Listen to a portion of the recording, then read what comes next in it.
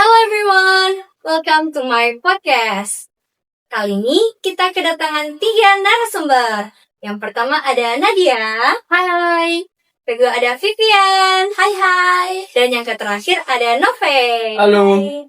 Oke, di sini podcast kali ini kita akan membahas tentang penyalahgunaan media sosial. Nah, teman-teman, sebelumnya aku ingin bertanya nih, kalian punya medsos kan? Punya dong. Oke. Harus ya. Iya. Punya. Iya ya. Oke. Menurut kalian nih, dalam bermedia sosial itu apakah ada aturannya? Pasti ada. Ada dong. Oke. Nah, menurut Vivian nih, apa sih aturan dalam bermedia sosial itu? Nah, kalau menurut aku nih ya, aturan dalam bermedia sosial itu tuh harusnya itu berdasarkan etika dan moral ya. Iya. Jadi kalau misalnya mau komen itu harus dengan bahasa yang sopan dan nggak nyindir. Juga menghargai dong perbedaan. Terus mungkin salah satunya itu juga nggak asal hujat gitu. Kalau tanpa tahu cerita sebenarnya gitu. Kan itu ada kan konten itu dikasih terus dia tuh dihujat padahal belum tahu itu ceritanya. Iya betul ya. Berarti kita harus cari tahu faktanya terlebih dahulu ya. Yes. Oke. Nah, menurut Noverius, kenapa sih netizen itu suka ngejudge tanpa mencari tahu faktanya terlebih dahulu? Kalau menurut saya, karena kita tahu dulu medsos itu terbuka untuk umum dan sifatnya itu instan, bisa diakses semua orang. Nah, orang itu kebanyakan ingin lebih duluan untuk mengomentari sesuatu atau yang lebih duluan memberikan komentar lah seperti itu, tanpa membaca lebih banyak apa yang sebenarnya terjadi. Ya, maksudnya minim literasi lah. Kayak gitulah Indonesia sekarang, minim literasi. Oh ya, jadi mereka suka ngejudge karena mereka nggak baca terlebih dahulu ya. Ya, oke. Kalau menurut Nadia nih, kita sebagai warga digital, tanggung jawab apa yang kita lakukan biar kita nggak salah nuduh orang? Oke. Nah, kalau menurut saya sih, tanggung jawab kita itu ya memastikan apakah berita yang viral itu fakta atau hanya sekedar berita yang asal-asalan. Jadi kita nggak salah nuduh orang, jadi itu nggak sehat dengan mereka. Sih. Oke. Hampir sama ya jawabannya semua. Oke. Nah, ada lagi nih pertanyaannya. Menurut kamu, netizen Indonesia ini lebih sering pakai hak ngomong atau kewajiban buat mikir dulu? Kalau dari saya, ya. seperti jawaban saya tadi, pertama, orang itu berlomba-lomba untuk lebih dulu mengomentari. Jadi saya simpulkan saja bahwa orang Indonesia itu lebih memilih hak ngomong daripada memilih kewajiban untuk membaca. Kenapa saya bilang begitu?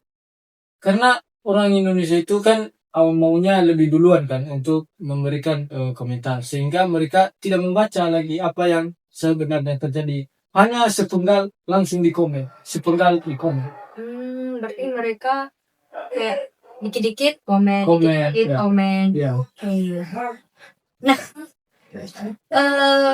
kalau ada orang yang udah salah dihujat, apa yang bisa kita lakuin sebagai sesama warga media sosial? Nah, kalau menurut saya sih, yang kita lakukan sebagai warga media sosialku, kita bantu ngelurusin masalah yang dialami atau membantu menjelaskan bahwa masalah itu atau berita lagi viral itu cuman hoax atau hanya yang tidak seharusnya, maksudnya yang tidak sebenarnya terjadi atau hanya sebagai yang diviral-viralkan aja. Jadi bukan berita yang fakta. Tapi hoax. Oke. Nah, menurut kalian nih, perlu nggak ada aturan resmi biar pengadilan medsos itu nggak ngawur? Perlu sih, menurut aku ya. Karena di dalam medsos ini juga yang tuntunannya ya orang yang ada di dunia nyata juga. Jadi kalau misalnya terjadi sesuatu, ya orang yang berada di dunia nyata juga kena imbasnya gitu. Nah, aku sih setuju ya kalau misalnya pemerintah kasih aturan gitu. Cuman jangan yang terlalu ketat gitu kayak dikit nggak boleh, dikit gini nggak boleh gitu. Jadi daripada mungkin aturan yang melarang ini itu, aku lebih suka itu dikasih edukasi gitu tentang pentingnya literasi. Jadi orang-orang tuh udah tahu sebelum mereka mau ngutarain pendapat mereka, mereka udah paham dong apa konten yang mereka lagi nonton atau konsumsi gitu. Jadi mungkin aku lebih sukanya itu kalau misalnya ada aturan untuk memberikan edukasi literasi. Berarti, Setuju sih, setuju. ya, berarti edukasi ya. Ya, Edukasi literasi ya. Ya sih bisa. Nah, pertanyaan terakhir nih. Kalau kalian bikin kode etik netizen ideal, kira-kira isinya apa aja tuh?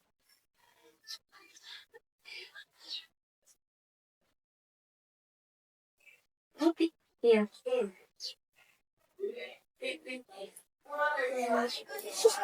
Ada lagi sini. Sharing dulu sebelum sharing. Jangan diujak tempat jelas. Oke, Udah bukan untuk Oke, pertanyaan terakhir nih. Kalau kalian nih bikin kode etik netizen ideal, kira-kira apa aja sih isinya?